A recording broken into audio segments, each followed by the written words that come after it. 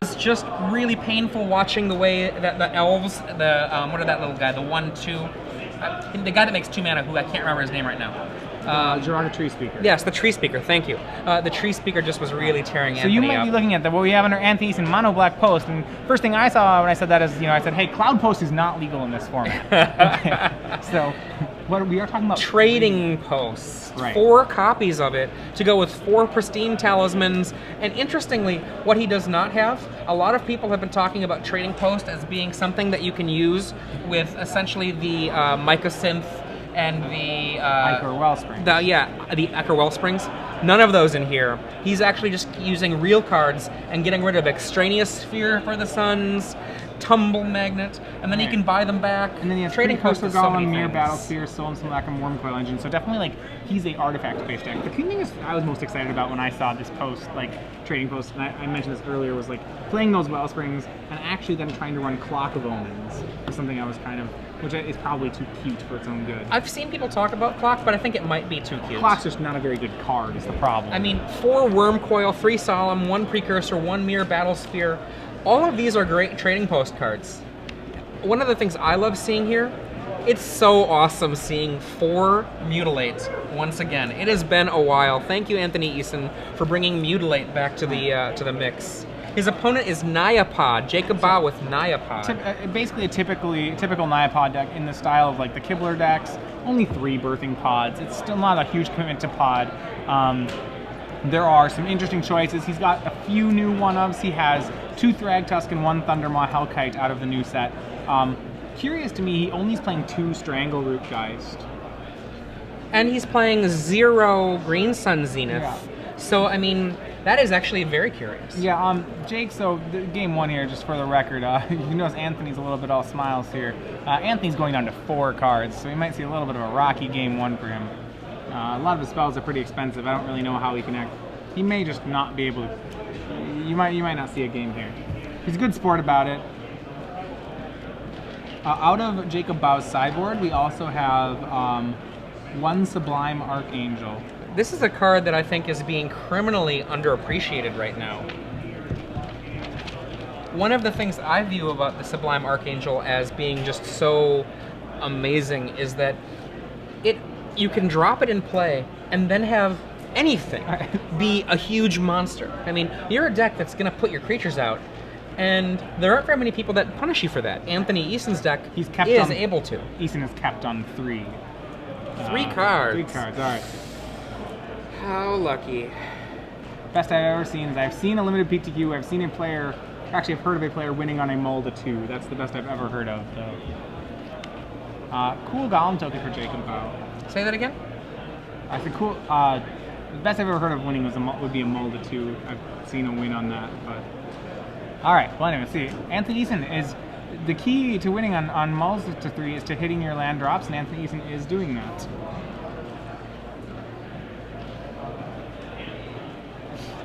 So one of the things I think is really funny here, we look at the Blade Splicer, Avacyn's Pilgrim, the Golem, and then a Borderland Ranger. I love Borderland Ranger right now. If we look at Anthony Eason's land there, he's got all of the same art. I believe that's revised. And there's a cavern naming, I'm guessing, Golem. He cast a trading post. This is a great Mulda 3. He went to 3? He's on 3. I mean, it's a great Mulda 3 until you realize that he's about to drop to and he's dead. But I mean, wow, that was a great Mulda 3. Yeah. So the thing I was going to say is one thing that a Madison area guy that I know, Dan, had brought up when he saw the lands I was playing in a deck was, wow, you know what you're doing here? You're telling everyone you've been playing for a long time. And I'm like, what? And he's like, and you're telling them you're cheap. And so Anthony Eason's land as this revised land, for anyone that doesn't know that he's the runner-up to the U.S. National Championship, it is one of those small things where you're like, oh, you've got revised lands. You must have been playing for at least a little while. So I love how people do land choices. It's kind of like a big personality expression. So typically when I run, I have my own, okay, I'm going to ask you what your land, first of all, why don't we go and start, what do you do for your basic lands? My basic lands, I've got 5 favorite basic lands. And they're all specific lands. One, the swamp is the Cabal Swamp. It's like the, I believe, Odyssey land with all of the guys in robes in the swamp. Okay. The mountain is the fake snow-covered mountain from Ice Age. It's not. Right. It's not actually snow covered. It's not actually snow-covered, but it's got snow all over it. The forest is the smoky John Avon forest from 7th edition. The island is the Lightning Bolt Island from Urza's. And the plains is the Lightning Bolt Plains from, I forget what right now for the life of me. I believe it might be from Onslaught. They're all old card fans. I guess they're all old, yeah. Yeah. I don't like full art and all of that, so. I do have favorites. There's a Kamigawa Plains I really like. It's one where there's a sun behind clouds. Interestingly enough, okay, so I kind of have a ritual of my own basic land rituals. What I do is, okay, it's kind of a testament to playtesting. Whenever I proxy my playtest decks, I always play the actual, I go through, maybe the card store I'm at, I go through their basic lands for some common lands. And they're usually beat up and they're white bordered or from whatever set. And I'll shuffle them unsleeved with a Sharpie on all the cards. But don't actually have to make the deck for Approacher. I'll keep all the lands that were in the last version of my playtest deck and just sleeve them up. So be like, why are you sleeving up lands that are just beat and they're white bordered and they're just all different? I'm like, because those were the lands for the deck. It feels good to you. Yeah. It's like a mental thing. So you don't then use the same art? You use whatever? No, they're all different. Right. Which, some people look at me and are like, why are you using a different art? I'm like, it's not the, and they'll be like, you're at a disadvantage by using different art. And be like, that's okay. this fraction we were talking about, I don't care about. Well, one of my favorite Magic players is Brian Cole, and Brian was trying to find some cards for Grand Prix Minneapolis for his sideboard, and he wasn't sure if he wanted to run Naturalize. And for him, the deciding factor was that there was no Naturalize art that he liked. And he said, every time I draw this Naturalize, I'm going to look at it and just kind of grimace. I'd rather just look at a Beast Within, because I like the art on that. So let's not have Naturalize, let's use Beast Within. I like that. Now, the funny thing about that is that, obviously, that's not necessarily real strategy in any kind of true sense of the word. But I do think there is something to be said about feeling good mentally about what you've got in front of you. Like feeling good mentally about, just being in the right place. I mean, one of the reasons people do mind games during Magic, mind games usually don't do much for the most part because the effort you take distracts you from your own play, and also a lot of people are kind of immune to it. Well, I don't get to, so say all my lands being really weird, right? I don't get distracted by it. I've been playing with them the whole time, but maybe my opponent will look at them and say, why is Matthias playing all these terrible lands? If you're thinking about that, then you're not thinking about the game. So maybe, it's probably fine. Yeah, I mean, sometimes people, but the thing is, the idea that they're trying to do is they're trying to get you out of your comfort zone, right? Yes. And if they can do that, they hope to get some small percentage. So I can understand feeling comfortable with something. Choosing your land from playtesting and, having that be something that makes you feel comfortable. Or me choosing my favorite art and having that be something that makes me feel comfortable. Yeah. So, looking at these sideboards, you point out something to me that's really interesting. Ground Seal ×4. Full play Is that set. like an answer to Snapcaster or Unburial Rites? So how exactly Frights? does Ground Seal read? Ground Seal, it's very simple. It's comes into play, draw a card, target player, their graveyard cannot be targeted, and cards in their graveyard cannot be targeted. Yeah, 2 mana. And there's a swamp from Anthony Eason. So you can't target cards in that graveyard. You can cast things in that graveyard. You just can't target things in that graveyard. It might be one of those, it's a pretty low investment answer to some powerful answer to some things. That's Buried Ruin out of Anthony Eason, by the way. There we go. Remember that his deck is primarily artifacts.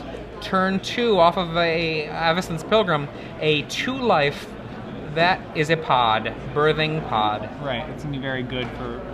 That is the scariest play for a control deck, is a turn 2 birthing pod. And right. Anthony Eason playing mono black, his only answers to that are either cards like Ratchet Bomb or just blowing up the world so many times that there's nothing left on the table. Right, and especially Jacob Baugh with this. This is where Thragtusk may be pretty good. There's a lot. He has a lot of ways to just continue to get value off this birthing pod. We see Zenith for 1 out of Eason to get rid of the Pilgrim, which means you can't pot into Strangleroot Geist. A 3rd land.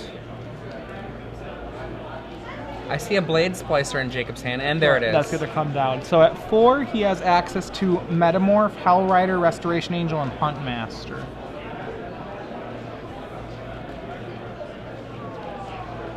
Jacob almost certainly... Oh, look at that. A Cavern of Souls. Only 2 black mana for Anthony Eason, which means, or sorry, 2 Swamps, I should say. There's a Solemn Simulacrum. He's going to have to wait a full turn to cast a Mutilate if he even has one. Right. For Mutilate to be free, your Cavern is on Worm, because Anthony does have the Worm Coil Engine. Mutilate, remember, Jacob Baugh, despite having white creatures, does not have a Plains in place, and Mutilate is not free. I don't like, okay, this is really, really corner case. I don't like Anthony naming Worm here. He actually gains no value from Cavern of Souls versus this opponent. And I would rather name something that might intimidate my opponent into not doing things. I might name Praetor. Something that might make Jacob change his way of playing. Mirror. I don't know. Jacob is human. Human actually matters for Jacob since his colors are so specific. It can actually make a difference for Jacob. If you want to name the scariest thing here for him, what would you name then? Well, it depends on what I want to manipulate him into doing, right? Well, Worm, he might be worried about Massacre Worm. That's fair. That's fair. Maybe there is utility in that naming. I know that one of the things I did with people is in our playtest group with Cavern, making sure that if you don't need the mana and you don't need the uncounterability, figuring out what cards you should name to bluff with is actually real. Right. I've done this in draft. When I've drafted a Cavern of Souls, I oftentimes will name cards, I'll think about my mana, I'll name cards that, I remember it's I had a red-white deck, and I had 2 Plains, 2 Mountains in play, and I could actually cast everything off that, so I played Cavern and named, Avatar. So they're oh, is he going to play that 7/7 for 7? I'm like, no, I don't have that, but I could. And the thing about it is you don't want to work too hard to try to do such things, because the returns are very small, but honestly, if you've got time to think about it before the event, it's not going to hurt you, and it could help you. Right. But I mean, the returns are very, very, very small. So he's going to pod that Blade Splicer into a Hell Rider. Hell Rider is very good. What else we got? His life total. Remember, there is a Worm Coil Engine coming down. Boom. Birds of Paradise. Yeah. Anthony Eason will take 2, then 3. 2 from the Hell Rider's trigger, and then 3 from the unblocked Golem from Jacob Baugh. Remember, Eason's to adapt essentially exhaust Jacob's hand of things. Worm Coil Engine is in hand there, it looks like. Is that a Batterskull as well? Batterskull, Precursor Golem, Worm Coil Engine, I believe. I mean, the thing he might be thinking about here is the real possibility of one of the best cards for red, Zealous Conscripts, and what it means to drop a card. Does that mean he dies? Precursor Golem. That's why Golem, I think, is a much safer play than a Worm Coil. There's no spell. I mean, Jacob Baugh has 4 Bonfire of the Damned. I don't know if he's kept them all in, actually. It's a pretty weak card here. And the conscripts would only steal 1 part of the Golem.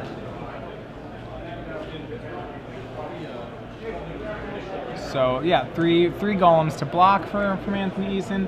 A Precursor I really like in this situation. Now, the funny thing is, let's pretend that Jacob did have something. If he had something, it would also target Jacob's own Precursor Golem. Just a small, funny little thing. Or not Jacob's own, not Precursor Golem, Jacob's own Blade Spliced Golem. Yeah. Another Cavern out of Jacob. This one's on Angel, presumably of the Restoration variety. And Jacob does have an Angel in his hand.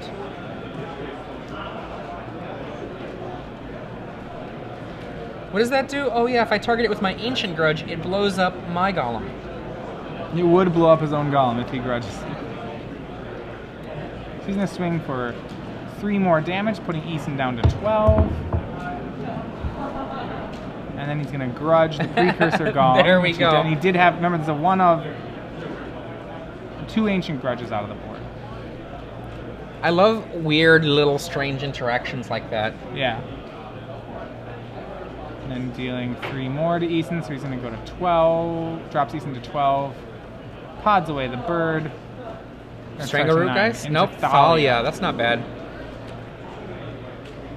Anthony here would love to see a sweep spell. He does have a Batterskull. He does have a... I think he has a Worm Coil Engine. I thought I saw one. He has a Worm Coil Engine. But I mean, he can't be a second Precursor, like I said before, because he doesn't actually have a second Precursor. Yeah, so. And he's worried, though, about 1 Zealous Conscript taking you things have away. To. I mean, you have to assume it. There's a Birthing Pod right there. And a Hell Rider, so you have to... It's assumed that there's a Conscripts. Yeah, I mean, well, he should be worried. Yeah. Yeah.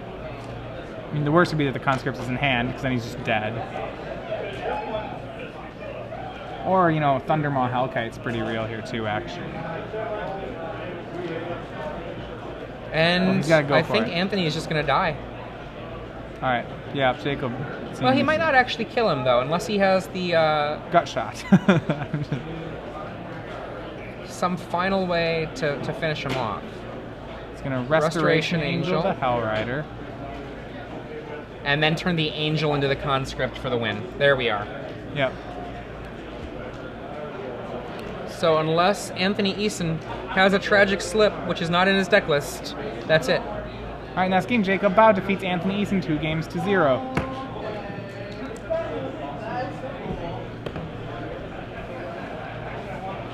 Now, it was unfortunate for Anthony and for us, really, as spectators, game one to not really get a chance to even see, what Anthony's deck can do.